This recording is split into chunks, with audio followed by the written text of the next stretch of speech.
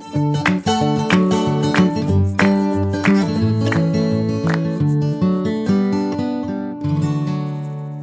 name is Paul Imhoff, and I'm the Superintendent of Schools. We're thrilled you are with us this evening. I will tell you, UA never lets us down. I talked to my colleagues in other districts, and I talked to them about having these meetings. They said, well, you're having meetings in July, no one's going to show up, right?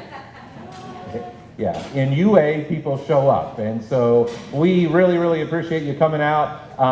And we're having this meeting in July because we are in a design process, and so we have to have meetings when we have to have meetings to keep the process moving forward. We're not going to take the summer off from the design process because that would cost us money just to slow down the process, and so we are thrilled that you came out. Here is the agenda for this evening, and we're going to be walking through each of those things. And obviously the most important thing is always to gather your feedback. How many of you have been to a meeting before about facilities over the last 3 years? Raise your hand if you've been here. Okay, that's what I thought. We have a lot of veterans here tonight. One of the things that we do to honor everyone's time, we want to keep this to an hour because I know many of you want to get back outside. So we're going to hold questions until the end, and then we're all going to stay around afterwards and answer all of your questions on an individual basis. As we begin tonight, I do want to introduce the members of the Board of Education, and I believe we have all of them with us tonight. I'll start with the President of the Board of Education, Carol Moore, who just celebrated a birthday yesterday, actually. So happy birthday to Carol. We have our Vice President of the Board, Stacy Royer. Nancy Dries, member of the Board of Education. Scott McKenzie, member of the Board of Education. Where is Scott? And Robin Comfort, member of the Board of Education, who's celebrating a birthday tomorrow. Okay? I know they wanted me to announce that. So we are really thrilled they could all be here. And I will tell you, and this is totally true, the Board of Education, and you're going to hear a lot about this tonight with what we're about to talk about, the Board of Education is truly leading and driving this process. And the reason that this process over these years has been so different than what happens in a typical school district is because our Board of Education has demanded that we do things differently here in UA. And so I really feel privileged to be able to work with them. And the reason we're in such a good spot is certainly because of their leadership. So the goals for tonight are to give you an update on our schematic design process, and of course give you an opportunity for feedback. In order to make sure we have plenty of time and plenty of opportunity to answer all of your questions, we have representatives from all of these folks here tonight who are going to stay as long as you need them to stay to answer all of your questions. As a review, our design team is Moody Nolan and Perkins and Will, and we have been with them now for 3 years, right guys? And they have been leading us through this process. The owner's representative on the project is Turner Construction. The owner's representative is not going to build anything. They are the company who's helping us manage this entire process. This is obviously a large project, a lot of moving parts, and so we wanted to bring in a company who could help us lead that project, and that's what Turner's doing. So the people who are actually building the buildings are also here tonight. Building the high school is Russilli Construction, building Greensview and Tremont is Elford Construction, and building Barrington, Wycliffe, and Windermere is the Gilbane Company. And we also have representatives from all of those folks here tonight as well. And again, those are the folks who will actually be building all 6 of our buildings or renovating them. One of the things that we talk about at the beginning of every meeting, and we will always talk about at the beginning of every meeting, is what matters most. And as a reminder, what matters most to us really is not about the buildings. What matters most to us is what's going on in the classrooms each and every day with our students and our teachers. And so if you're a parent, if you're a grandparent, if you're going to be a parent or just a member of the community, I want you to know that we're keeping our eye on that ball, because that is what is most important. We are certainly going to build the buildings, and we are going to do that well, and we're going to make you proud, but that can't be the most important thing. The most important thing has to remain the education of our kids, and we have to make sure that we are maintaining our position as one of the finest school districts in the country. And one of the things that I think is unique about UA, and one of the things I love about UA, is we're not going to be about resting on our laurels. We are going to be leaning forward. We are going to be constantly focusing on how we can be better. And we have an amazing staff. We have the best teaching staff you will ever see. And I want you to know that together we are all focused on that constantly. How can we better meet the needs of our kids? So at the beginning of this process, we worked together with our staff and our community to develop our guiding principles. I'm not going to read those to you. I show those to you at every meeting. I want you to know that as we're walking through the decision-making process at different points of the process, we always come back to this. What are our guiding principles, and what is the work that actually grounds us? So as we sit here tonight, these are the 4 phases that occur in the design of new buildings. So the programming phase is behind us. We have now also finished our schematic design phase, and you're seeing the results of that on the boards around you. Now we're into the 3rd phase of the process, which is called design development, which is really just adding more and more details to that design. And then the fourth and final phase of our process is construction documents, and that's just what it sounds like, putting together the actual documents that will be used to actually price our jobs. So as we're moving forward, a couple of things that we've talked about in prior meetings that are impacting or could impact our budget, and we want to be sure that we're talking to you about these. We are continuing to watch tariffs. The construction folks are telling us that the tariffs that are being planned or have been put in place could impact the cost of construction, and so we are certainly monitoring that. One of the things that we talked about at a couple of previous meetings, if you've been here, was the fact that the state of Ohio instituted a new building code in November, actually with very little warning and almost no communication.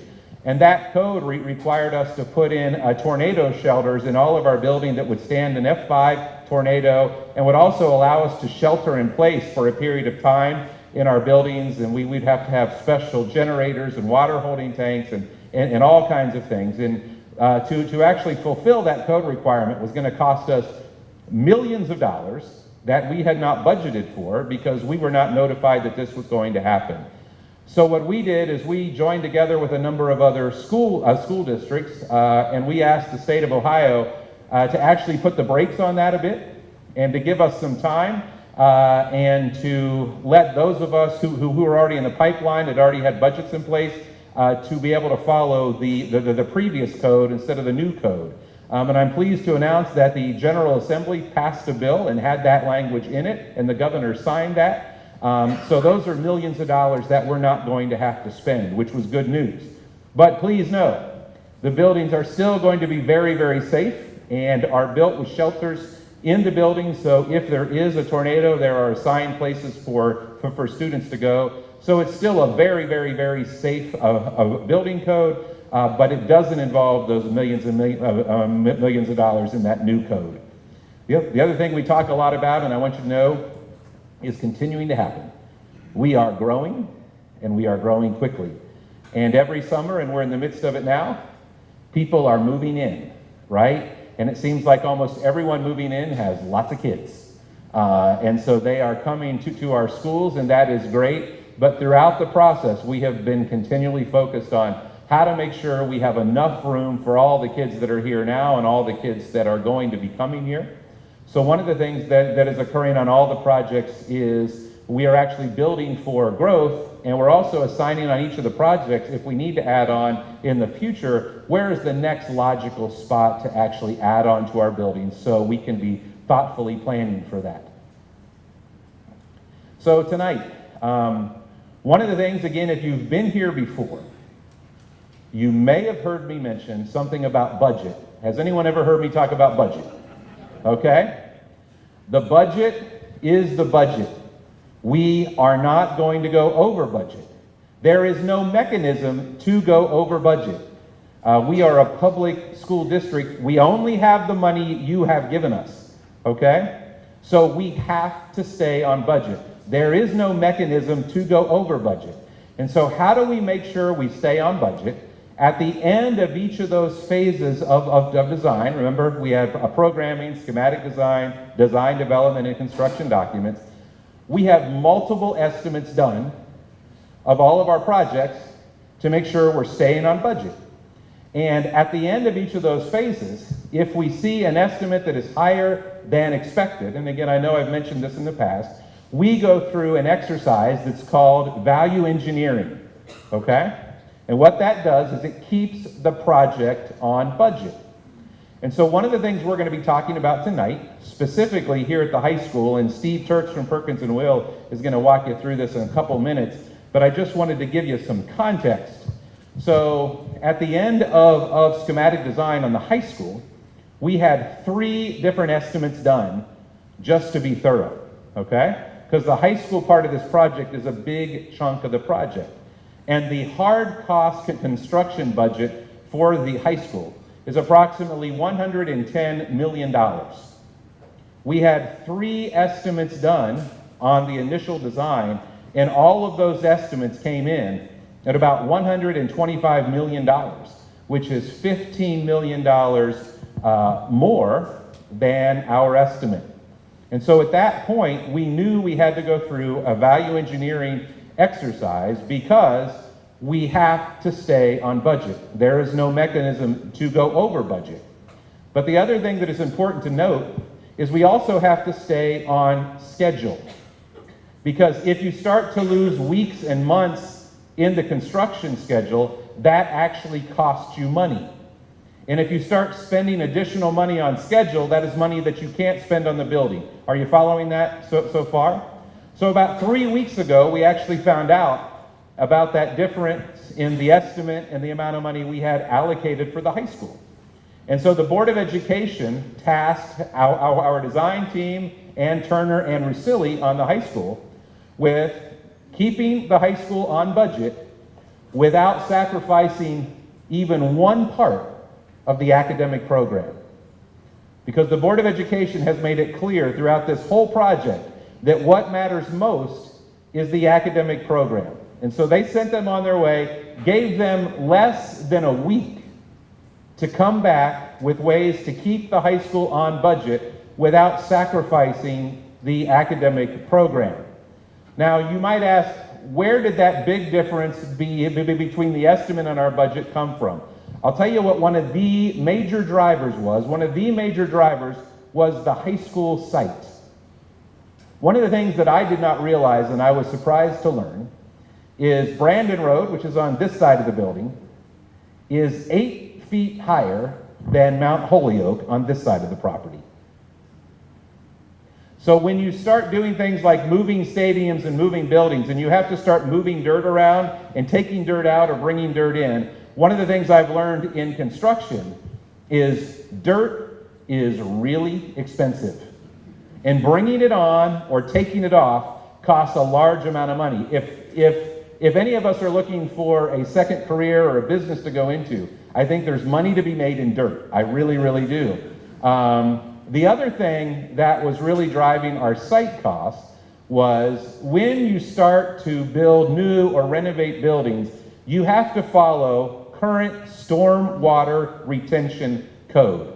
And what that means is when it rains on site, we have to retain all of that storm water on site for a period of time and then release it slowly into the city's stormwater system.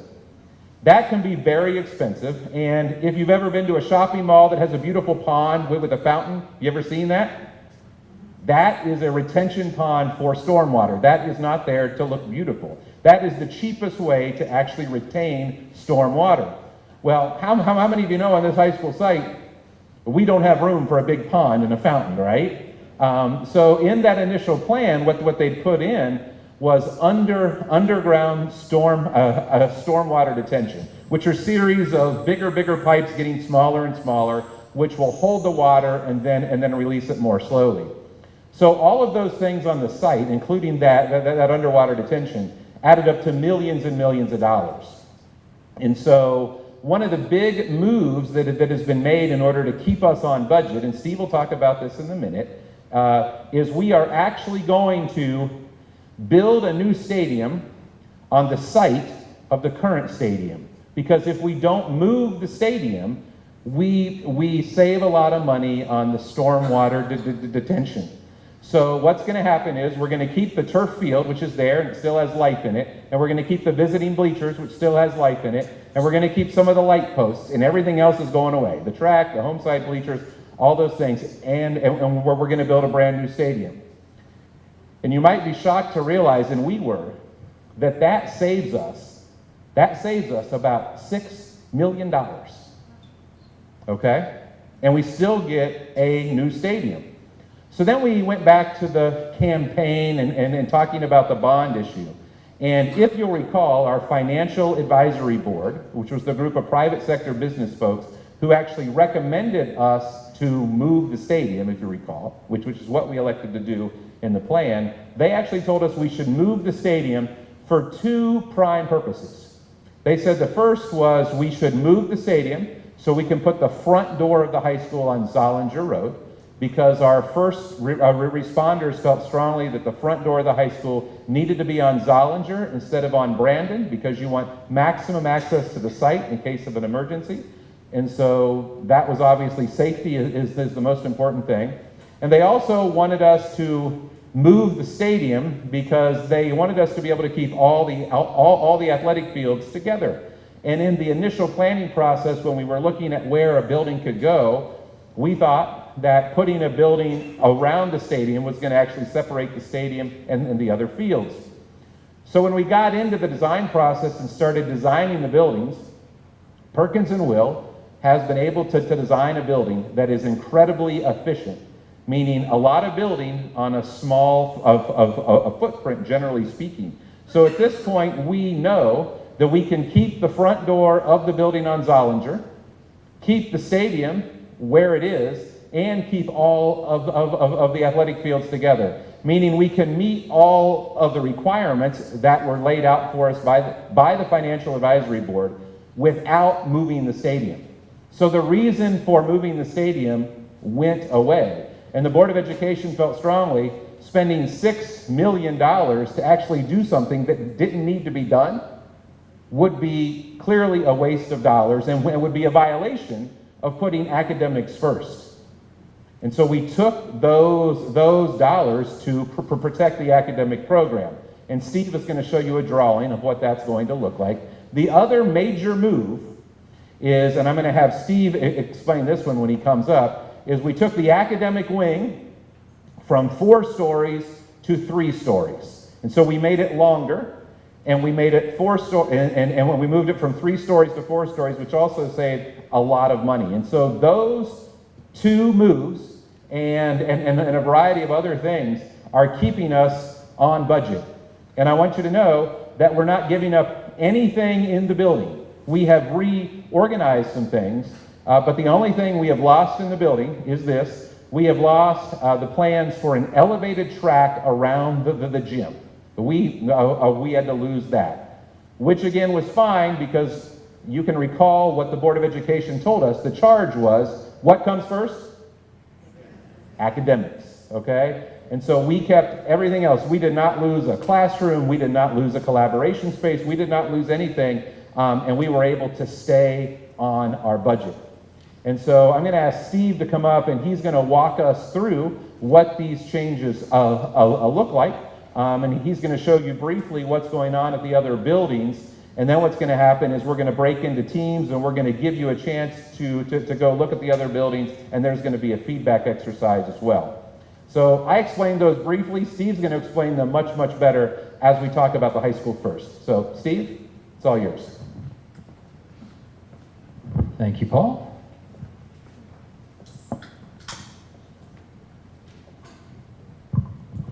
Well, good evening. And welcome. So let me ask, before I start, how many of you on, I think it was May 8th and 9th, do I have that right, Paul, that we did the last community meeting? How many of you were here and saw the presentation on the high school on one of those 2 days? So maybe about half of you. So it'd be really interesting, especially for those of you that have already seen the high school, to get a gauge on your reaction to what you see tonight. I think what you're going to see, quite honestly, is something that looks very familiar to you, with the exceptions that Paul mentioned. So instead of starting with the plans and so forth, tonight we decided to actually start with the animation. So we basically design today and build the buildings in a computer program that allows us to do this three-dimensionally. And allows us to apply materials and allows us to locate it right on this site, so with the sun angles and all that stuff is right. But before I launch the video, I do want to talk a little bit about some of the savings that we were able to obtain on the building by reorganizing the program in a different way within the plan of the building. I would say the overall organizational strategy is very, very similar to what you would have seen if you saw it on May 8th or 9th. The one big difference in terms of the organization of the building is that this part of the building where the core academics are, right here along Brandon Road, is now a 3-story section of the building instead of what it was before, a 4-story building. Now, how did that save us money? I'll show you on the plan when I get there, but you can imagine that section of the building going up a whole nother floor. And when I show you the plan, I'll explain why we didn't increase, even by adding the floor area on the other three floors. We basically took the 4th floor off and subdivided that square footage onto 3 other floors. So that part of the building got longer in its north-south dimension. But we actually did not add any exterior wall on the first 3 floors, and we eliminated the cost of the exterior wall completely on the 4th floor. And so it was actually a substantial savings. So as you can imagine, exterior wall, there's face brick, there's glass, there's mullions to hold the glass, there's insulation, there's interior materials and finishes. All of that cost goes away. That being said, we had to add some cost for some additional roof area and some additional foundations because the building it grew in its plan. Does that make sense? I would also suggest that the 3-story building, we're going to look at one of the precedent images a little bit later in the presentation that we looked at several community meetings ago, is more in keeping, frankly, with that precedent image in terms of the scale of the building. It's a bit nicer scale, a 3-story building, to the single-story residences across the road on Brandon Road. And so I think overall we have, as Paul mentioned, held on to every single space in the building. We sort of, I would say, kind of took Humpty Dumpty apart and put him back together again. Just he still has his 2 eyes in his mouth and his nose. All the same pieces are there. They're just in a little bit different location now. Okay, so let me launch the video, and we'll talk about this as we go through it. So here we are, main entry to the building. And you got to tell me if you can see the red dot. Can you guys see that okay? Okay. Main entry to the building is still on the north side. So we're coming around now to the east side of the building. Central office, the main high school office is here. Music is wrapping around. You can see the stadium in the foreground now disappearing. One of the features we're able to actually enhance is the weight room, which is here. That used to be a buried space in the old plan, no daylight at all. Now has access and nice views out, frankly. Loading and service is now on the south end of the building. The pool is in the same location. There's a south entry. The new big parking lot is south of the building now. Now we're wrapping ourselves around to the Brandon Road elevation so you get a sense for that. The 3rd floor is a little bit more glassy facade to help break down the scale. So the brick wall actually appears more as a 2-story wall instead of a 3-story wall. It helps break down the scale of the building. We're going to step ourselves inside through the magic of computer animation and just take a pause here. This actually ends the animation. So we're now standing on sort of the central spine, the main axis of the building that connects all the major parts. It's been now called Golden Bear Boulevard. And I think that name feels like it's going to stick. And so we're going to be looking at opportunities to how to bring some environmental graphics into the building itself to enhance that idea. But as you stand here, you're standing on the north end of the building looking south, down the length of Golden Bear Boulevard. To your left behind this wood panel wall here is the theater, the entry to the theater. As you sort of behind us now, there's a stair that takes us up to a balcony that you can see just here that takes you into the upper level, the balcony level of the theater. And in fact, there's a third floor access to the theater as well. So there's two ways to get into the balcony of the theater. And then as we go down Golden Bear Boulevard, to our left are all the, sort of the big athletic spaces, the big multi-purpose gym, the main competition gym, and then beyond that, on the south end of the building, you saw as we were sort of flying around, the natatorium. To the right side of Golden Bear Boulevard is now all the core academic spaces. Now I have to say, I want to reiterate something that Paul mentioned earlier. I've been through this process, the aligning scope with budget process, on every single project that we work on. It's a normal routine part of the process. I've done this literally dozens and dozens of times around the country on K-12 projects.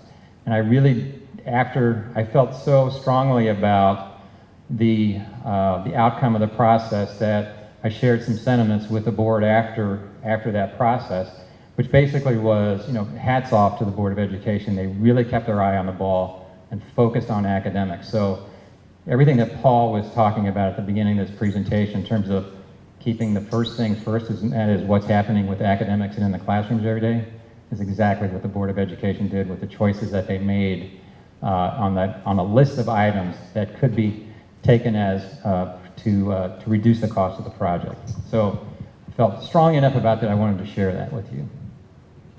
The site plan. This is the current site for the high school. Just to get you oriented, north is to your left, okay? It fits better on the screen this way. So Brandon Road is at the bottom of the screen, Mount Holyoke to the top, Ridgeview, the current high school is outlined in red for you there.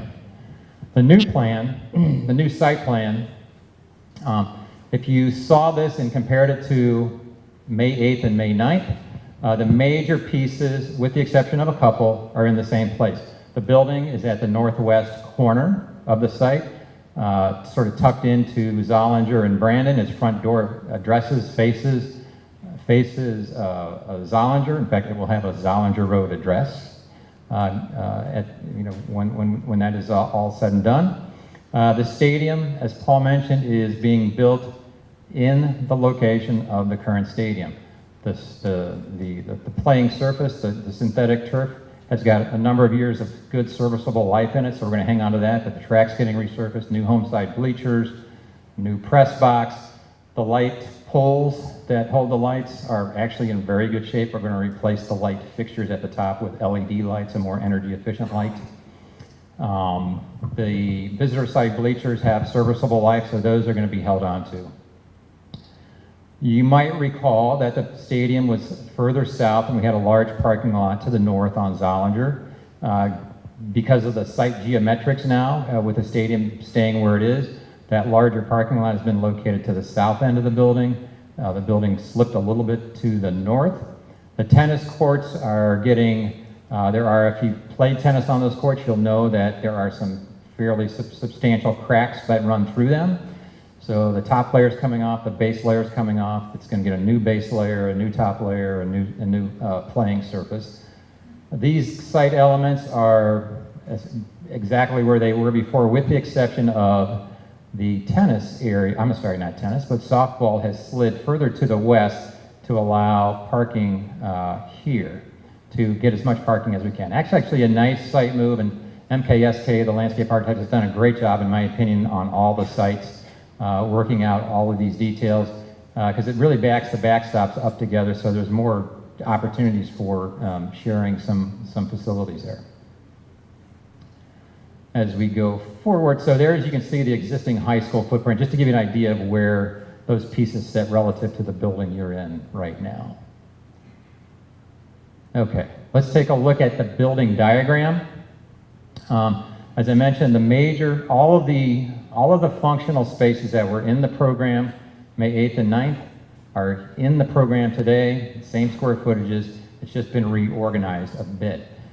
The front door is, so again, north is to the left, so your front door is here, right next to the school administration office, and the central office is in the same location. Theater, same location. We're wrapping music around two sides of the theater now.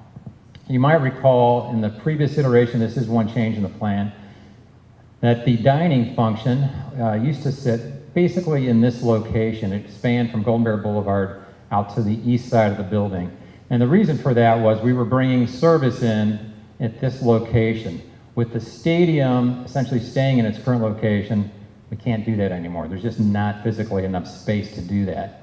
And the service function, the loading and unloading of food, taking garbage out and getting it off-site, that's a direct connect and functionally to your kitchen and serving.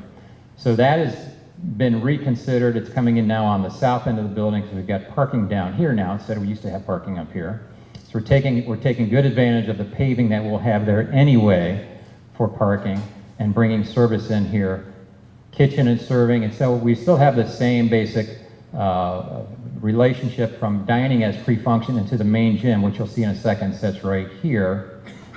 But we also now have pre-function space into what? The pool, which we did not have before. So that's actually an added benefit to this reorganization. We still have a pre-function space into the theater.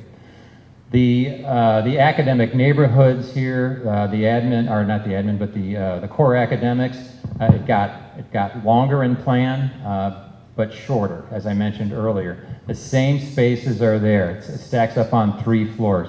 So it's a little bit deceiving when you look at the floor plan. It looks like there's a lot of stuff to the east side, and there is a lot of stuff to the east side of this red line, but you have to always keep in mind that this stacks up on 3 floors, and this is all single-story stuff over here, okay? So right there, I want to just add a couple of things, a couple of questions we got this morning. The first was about the central office, and I just want to back up. As you recall, the Financial Advisory Board, the group of private sector folks, recommended that we sell our current offices, which are on the Mallway, and that we move our central offices using those dollars, no bond issue dollars, into one of the buildings. And so we've determined the high school is the building that makes the most sense. So at some point in the future, before the high school is done, we're going to be putting our central office building on the Mallway up for sale. And then we're going to be moving into this building. There will be no bond issue dollars spent on the central office portion of this building. It's actually being priced separately, so we can keep track of that separately. The other thing that we like about that is the central office portion of the building is actually being built. So if the high school grows beyond its current capacity, we get kicked out. Things that is different about our high school than many high schools. Our teachers at the high school do not have their own classrooms.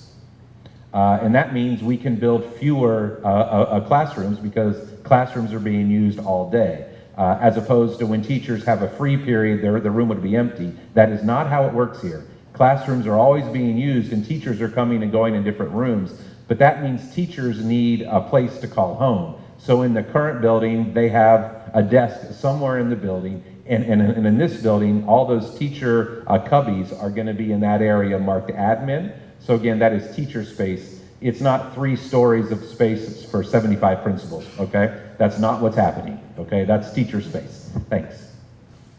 Okay.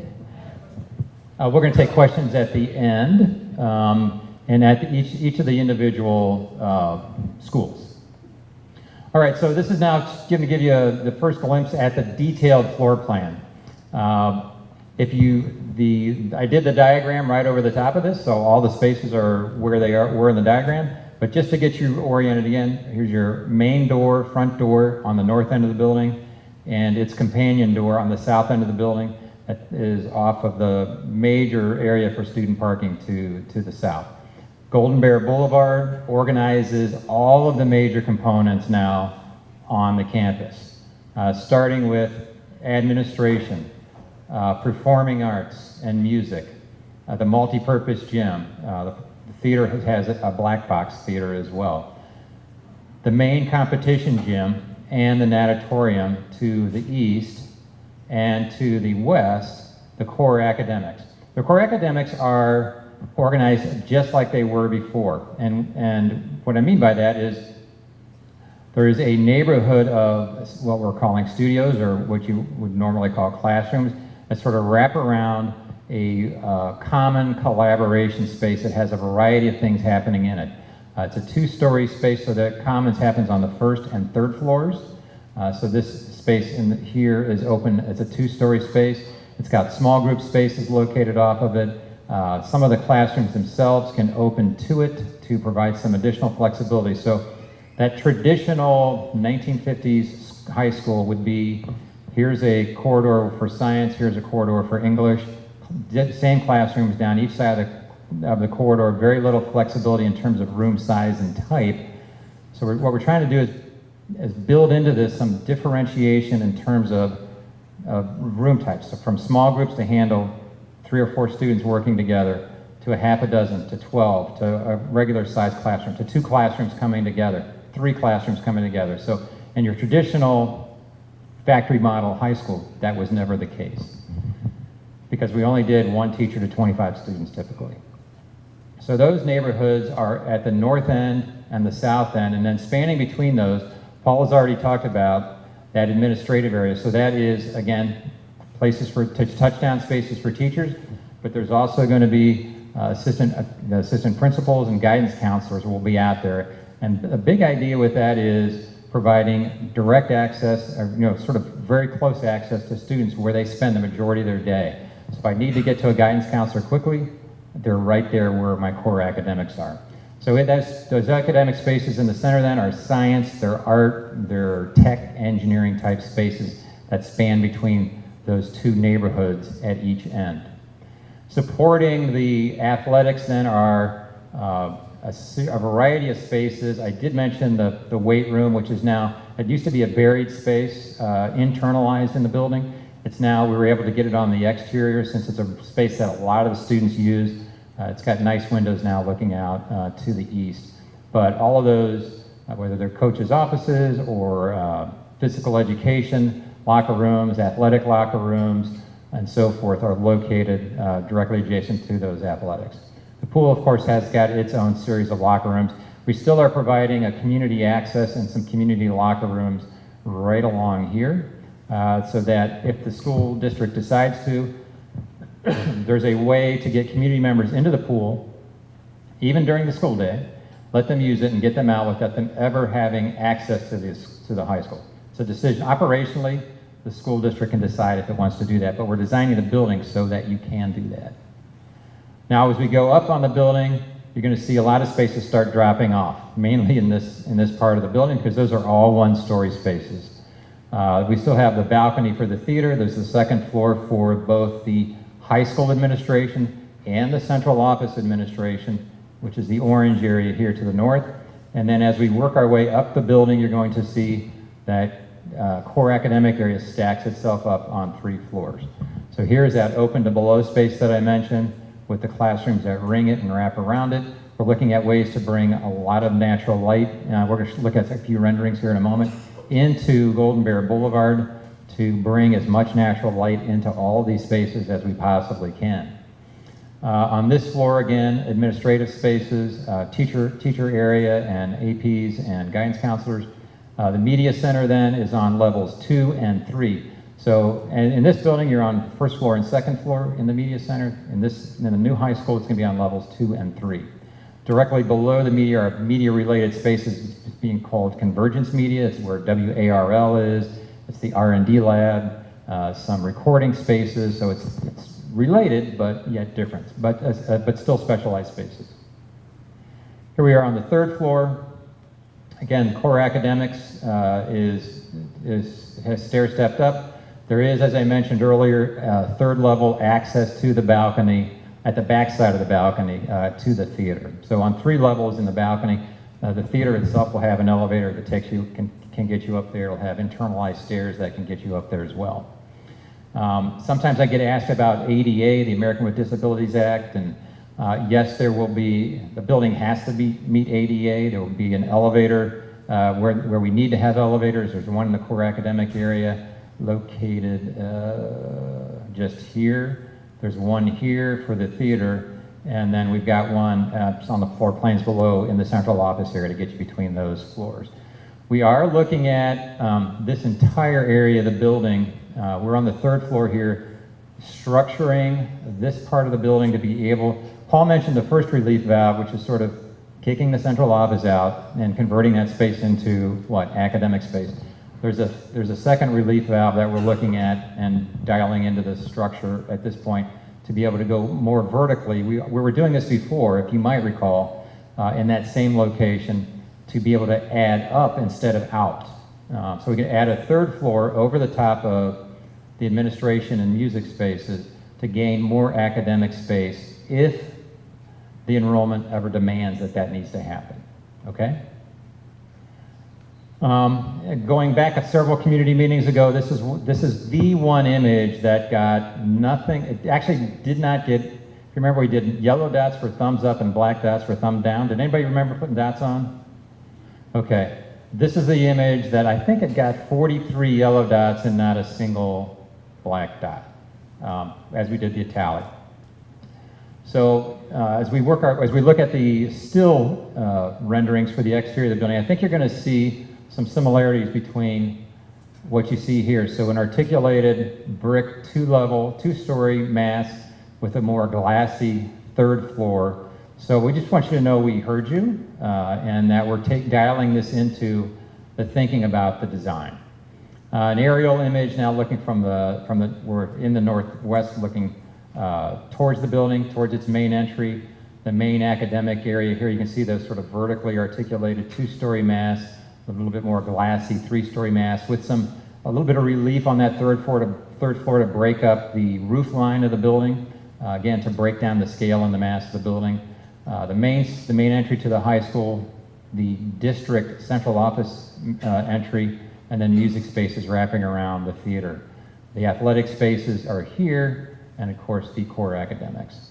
Wrapping around now, we're basically hovering over the top of the stadium, looking at the parking area to the north, the main entry, administration and music, the theater, the support spaces for athletics, again, the weight room here, and the natatorium at the south end.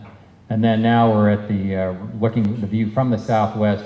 You're seeing the pool, which has got a sunscreen built across some glass on the south side entry to the Golden Bear Boulevard, which these skylights are marching down the length of Golden Bear Boulevard.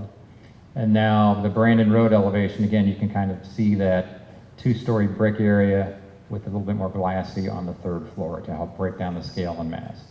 Now, more of a street level view looking at the main entry, down Brandon Road here to the right, and at the main entry to the school. Now we're inside the building. This is where we essentially the animation stopped. That same still image, the theater to the left, down Golden Bear Boulevard, core academics to the right, and athletic spaces on to the left.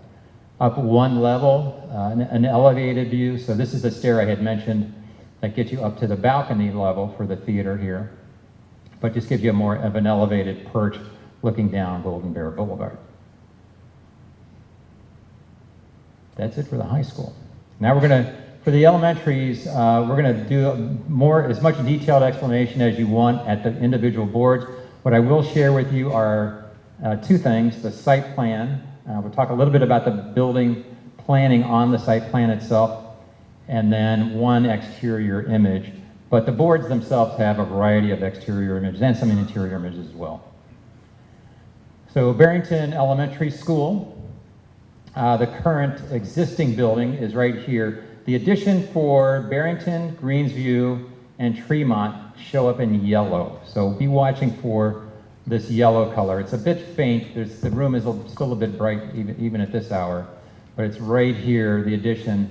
It's set behind the current building. There is a portion of the current building, what are affectionately called the pods, will be removed, and that area of the site then is going to be repurposed to gain back play area, both sort of soft play area with structured play and some paving for things like basketball and foursquare, that type of thing. But the building addition itself sets to the back side of the building. So actually, as you drive past Barrington on Barrington Road and Andover, what you see today, with the exception of those pods being removed, is what you're going to see in the future. You actually won't, from those two roads, you won't see the new addition. You will see it over here from Northwest Boulevard. Now, an addition is, a fairly substantial addition is happening here, but there's also a fairly substantial renovation happening inside the existing building. You might recall from the master plan, there was lots of conversation about right-sizing spaces that were too small. So that's happening in a big way here at Barrington. It's happening in a big way at Tremont. Greensview, frankly, the majority of the project is the addition. You'll see that in just a second. So now we're standing on the baseball field looking back at the addition. The existing building is sort of muted out in that white color. That actually happens to be the gym. So one academic neighborhood, the media center, a new media center in the middle, another academic neighborhood here, and the existing building in the background. Greensview Elementary, I just mentioned the majority of the project is in fact an addition. So what does that mean? What that means is the majority of the current Greensview Elementary is going to go away. It actually sets like this today. And so the addition, Moody Nolan's done a great job tucking this addition in behind the current building. And so the current building, the latest pieces of that, of the existing Greensview are going to be repurposed and saved, converted into mostly administrative space in the current existing building. The current gym is going to be repurposed to be the cafeteria commons space. And then a new gym added, and then the core academics is here. You'll notice, and you can see this in a much clearer detailed view on the Greensview boards, or in the center and the back, that those academic neighborhoods are wrapping themselves around the library, which is that sort of common connective tissue at Greensview that connects all those spaces together. And here is a view, so existing space to the right of the main entry. This is a new addition, the entry is, that takes you back to the new two-story Greensview Elementary. Tremont. Tremont, as you probably are aware, has had the most recent work in the district. It has had, most recently, an addition on the south end of the building. Prior to that, an addition to the north end of the building. And so, yes, Tremont is still getting major interior renovation, but its addition, because of those more recent additions, is much smaller. So a new kindergarten neighborhood is being added to the northwest corner, very visible from Tremont Road, which we're going to look at a perspective image of that in just a moment. But a much smaller addition, certainly than the other two campuses. Here you can see that the existing Tremont Elementary School that you see as you drive by on Tremont Road now, and that new kindergarten neighborhood being added to that northwest corner. What's nice about that is it consolidates all the kindergartens now into one area. It handles all-day kindergarten, and they can use the existing kindergarten playground, which sits out front of the building today. Wycliffe and Windermere are the two elementary schools that will be replaced in whole. And interestingly enough, as we were working our way through the programming exercise for those two projects, and we began to look at relationships between spaces and building diagrams, those two separate committees began to converge onto the same plan. And so the decision was made by the school district and the Board of Education, let's, yes, keep the interior palettes of those buildings individualized for those two campuses, but let's use the same floor plan. And there was cost savings associated with that were taken, frankly, back in the programming phase. So here's Wycliffe. The current building is an L-shaped building. It sets like this. So we're building free and clear of the existing building with the new Wycliffe Elementary. The shared spaces are over here. The front door is to the north. It faces Wycliffe Road, which is nice because it's called Wycliffe School. The entry is down here currently. Entry to the north, main administration space, gym, music, shared cafeteria space in the center, and then the academic areas wrap around the media center, which has a direct visual connection to the cafeteria. Again, lots more detailed information on the boards in the back. Again, MKSK across the board has done a great job with the site plans. We're looking at the site plans as a master plan for the future, keeping the existing castle playground, adding a hard surface play area and a new kindergarten playground. But there's also other ideas about things that the school district might elect to add in the future if they ever chose to do that. The view from looking from the north, looking towards the south of the new main entry for Wycliffe. You're seeing the main academic area to the left, the gym behind that, and then one of the academic neighborhoods to the right. Windermere, the floor plan is going to look exactly the same to you. It's just it has a different orientation because the site is oriented different at Windermere. The building is more in a north-south orientation than that east-west orientation. So it's basically rotated clockwise 90 degrees from what you just saw.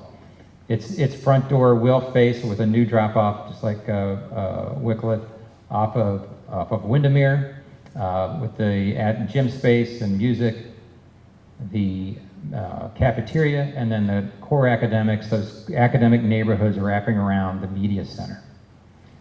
And again, the perspective looks quite similar because the building form and its massing is similar, although Windermere and Wycliffe have both chosen different exterior brick palettes for both schools and are looking at different interior color palettes as well. I think that's what we've got for you tonight in terms of the formal presentation. I'm going to turn it back to Paul. Thanks a lot, Steve. I just want to thank our team. I will tell you that they've done an amazing amount of work, especially on the high school. The Board of Education met just 2 weeks ago and made the changes on the high school. And they did all the work on the high school to show it to you tonight over the holiday as well. So really appreciate them doing all that. Some takeaways I want you to have tonight. We are on schedule. We are on budget. And we are continuing to prioritize the academic program. And we have committed to those things from the beginning, and we remain committed to those things because of your Board of Education making sure that those things are happening. So now it's time for your feedback. We're going to turn on the lights, Chris. It's starting to get a little dark so we can see. There are feedback forms coming out, and we have different stations. And so we're going to ask you to visit the stations and fill out 1, 2, 3, 4, 5, or 6 of the feedback forms. Leave those in the baskets. Again, we will transcribe all of that. We will post that on the website. We have recorded this tonight. We will post that on the website. And your feedback continues to be a major driver in this process. But I do want you to know that, for instance, the changes on the high school with the stadium and the 4-3, those things have already been decided. The board had to decide those things to keep the project moving and keep it on schedule. One of the things I know that they would have loved to have done is they would have loved to have paused the project for 4 to 6 weeks and have multiple meetings and get everybody's feedback on the stadium and the academic wing. And they could have done that, but pausing our design phase by 4 to 6 weeks would have cost money, and that would have been money that we weren't spending on the building. And so they chose to continue moving forward and make the decisions that they were elected to make, again, to prioritize the academics and to put as much money as possible into the building instead of spending money on lengthening the schedule. So again, we're on schedule, we're on budget, we are prioritizing the academic program. We appreciate you being here tonight, and we will be here at all the stations, and we will stay here as long as you need us to stay to answer any and all of our questions. So again, thanks for coming out. Have a great evening, and go Bears.